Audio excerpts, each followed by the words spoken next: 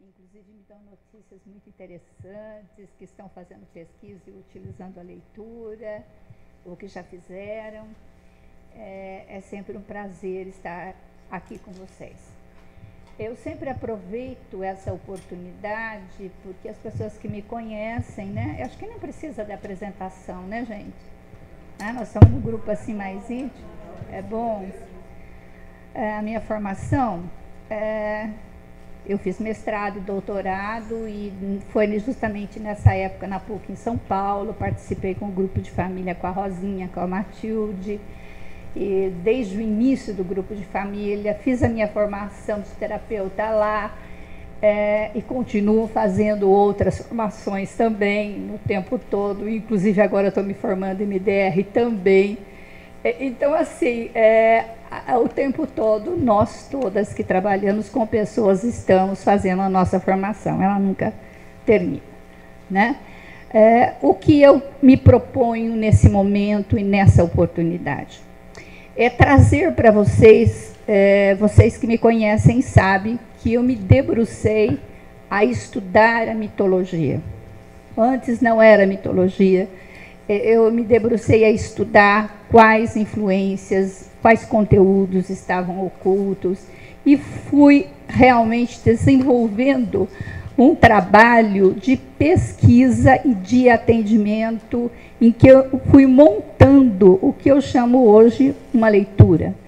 Desde a busca na concepção do que era mito, que eu fiz um caminho mais pela filosofia e pela antropologia, até dentro de um olhar construtivista e construcionista. Então eu consegui entender o que eu via e o que eu sentia que existia na família, que era que eu defini como mito. E, posteriormente, eu fui fazendo um trabalho, me aprofundando e desenvolvendo um olhar cada vez mais abrangente a respeito dessa leitura. O que eu trago hoje para vocês?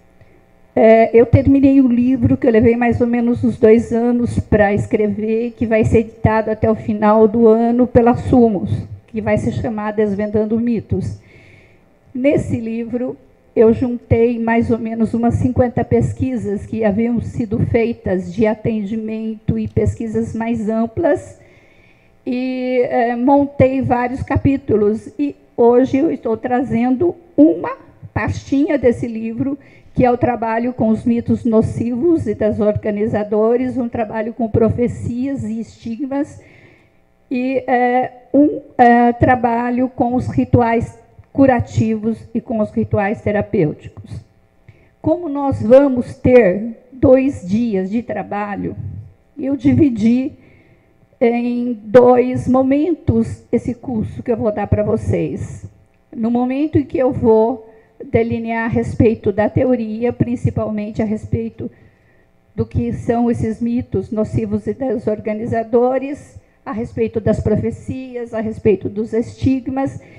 E talvez a gente, no segundo momento, eu vou trabalhar com os rituais. Talvez hoje eu comece uma leitura a respeito dos rituais, e eu vou trabalhar com vocês e apresentar a vocês um tipo de ritual com o qual eu trabalho, a maneira de trabalhar com esse ritual dentro dessa abordagem intergeracional ou dentro de um trabalho a ser feito individualmente com as pessoas, né? Eu só estou preocupada, não está muito alto, não está ferindo o ouvido de vocês. Está tudo bem? Né? Se tiver qualquer coisa, vocês levantem a mão e a gente vai realmente se ajustando. Diante dessa perspectiva de trabalho de 2 dias, eu acho que seria interessante as pessoas que fizerem hoje, se gostarem do curso, continuarem amanhã, né? O que, às vezes, vai ficar um pouco, vai ficar com alguns vazios, seria a pessoa só começar amanhã, que daí eu só vou trabalhar com os rituais, e pretendo, no final do período da manhã, pelo menos metade do curso, fazer um trabalho individual com vocês, em que vocês vão olhar para vocês, para a vida de vocês, e realmente eu gostaria que vocês sentissem esse enfoque que eu dou aos rituais, que eu trabalho com os 4 elementos. É um outro tipo de trabalho que ele está mais apresentado nesse livro que vai sair, mas que vocês já vão ter conhecimento e que é extremamente interessante. Tá? Bom, vamos começar então? Vamos lá.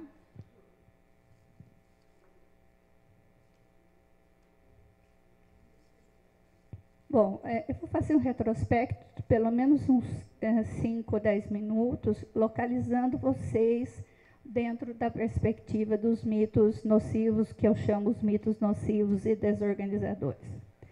Hoje em dia, a concepção que se tem a respeito do mito é como se ele fosse algo vivo, presente, né? Dando significação e valor à existência humana. Eu sempre, quando falo isso nos cursos, eu me lembro do Campbell. Eu tenho uma admiração muito grande pelo Campbell, que ele estudou muito a mitologia comparada. Ele dizia que o mito é o ar das esferas, porque realmente ele impregna tudo, ele está presente em tudo. Com algumas concepções, como eu disse para vocês, que eu fui delineando com o passar do tempo, com essa visão da filosofia, da antropologia, do construtivismo, do construcionismo. São posturas que nós fomos assimilando ao longo da nossa formação. O mito familiar, essência da concepção de mundo própria da família, onde se cria a realidade familiar e o mapa do mundo individual. E o mito individual, essência de concepção de mundo, onde se cria a noção de realidade e o mapa de mundo de cada um. Nós sabemos que realmente cada pessoa, o território, em cima do território se constrói um mapa. Então, a pessoa constrói a sua noção da realidade.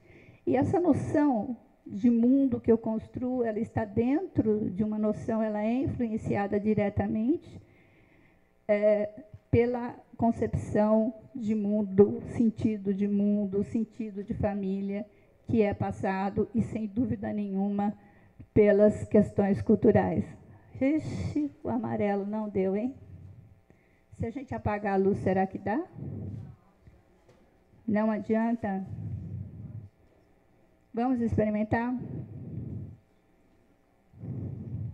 Alguém está perto de um interruptor?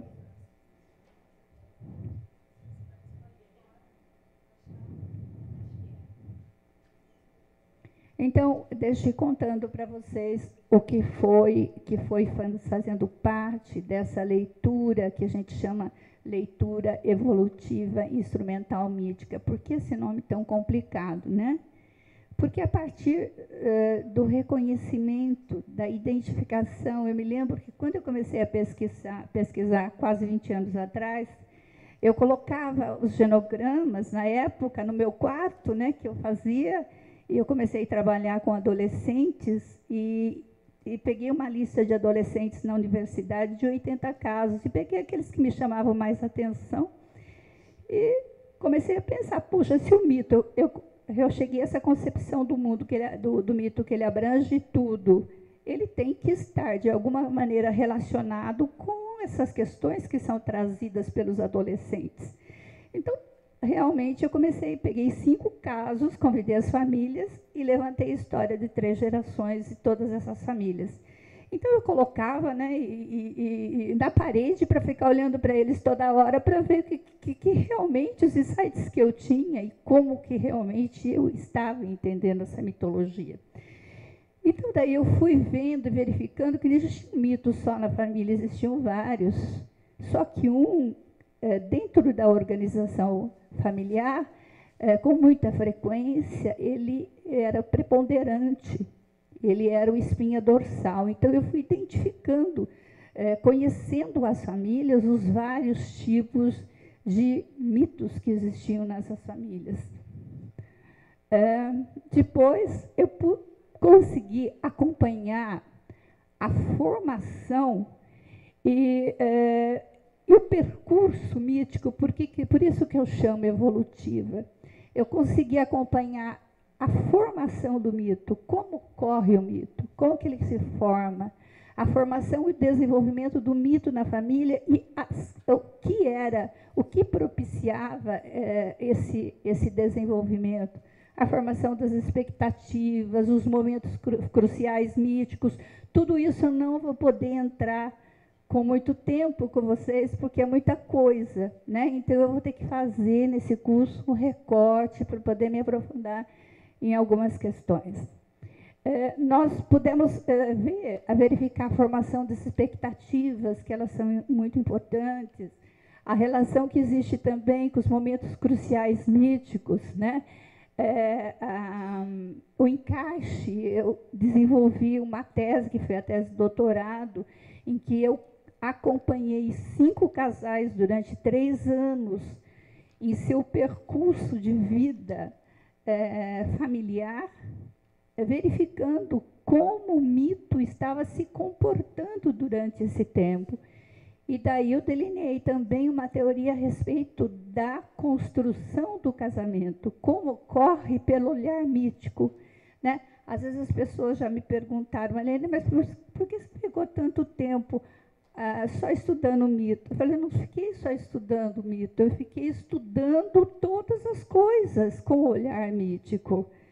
Porque se realmente é verdade que ele é isso que eu sinto que ele é, o que eu acho que ele tem que estar em tudo. Então, de alguma maneira, eu tenho que encontrá-lo, né? É um olhar de quem pesquisa, de quem busca a verdade, busca o reconhecimento dela, né? Nós fomos ali elaborar esse modelo de encaixe.